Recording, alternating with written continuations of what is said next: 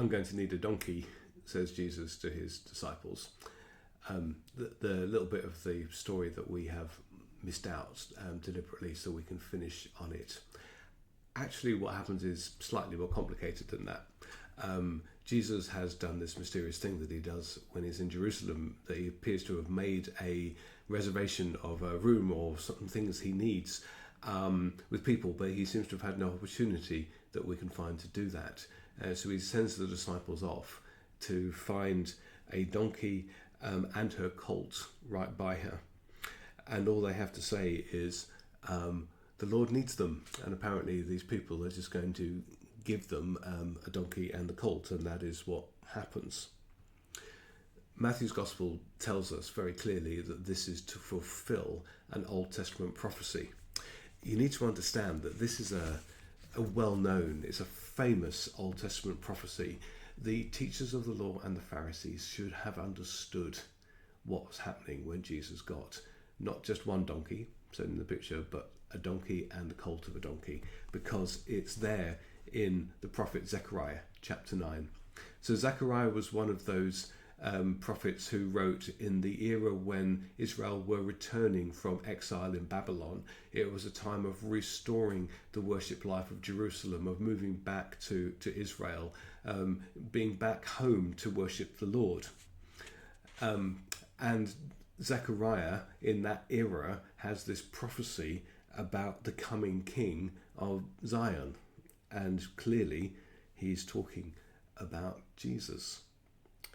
He talks about rejoicing greatly, daughters of Zion. Shout for Jerusalem. See, your king comes to you, righteous and victorious. That is what the crowd see, isn't it? But then it says, lowly and riding on a donkey, a colt, the foal of a donkey.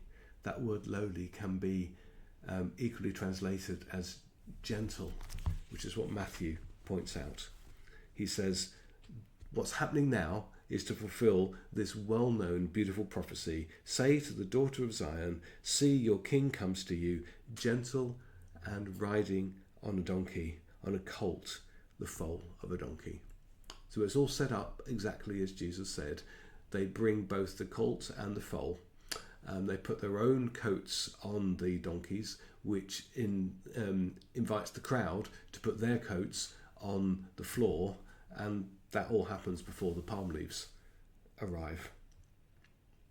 It's making a powerful statement about a coming king, which is what people see. But when you compare this story to what happened all those years before with Simon Maccabees, the revolutionary who led a revolt against the Romans and won this victory and rode into Jerusalem, there was this huge important difference between what the two of them did. Simon Maccabees rode into Jerusalem on a horse.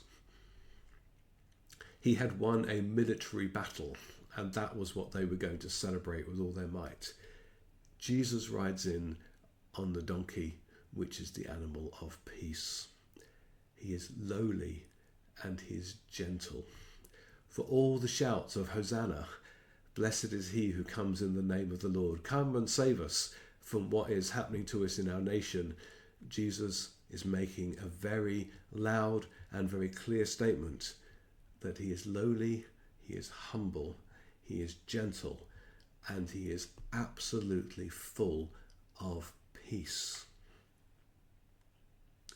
And the great surprise comes as we read on and discover that that peace has a price, and it is Jesus, the Son of God, the King of the universe, dying in our place and rising again to show that he had conquered death. Ultimately, that is what brings us our peace, the gifts of forgiveness and mercy and grace from God's love, which goes on, endures forever. See that in the picture of Jesus riding into Jerusalem on a donkey, bringing a peace that the world cannot give us to a group of people who still could not read the scriptures and understand it.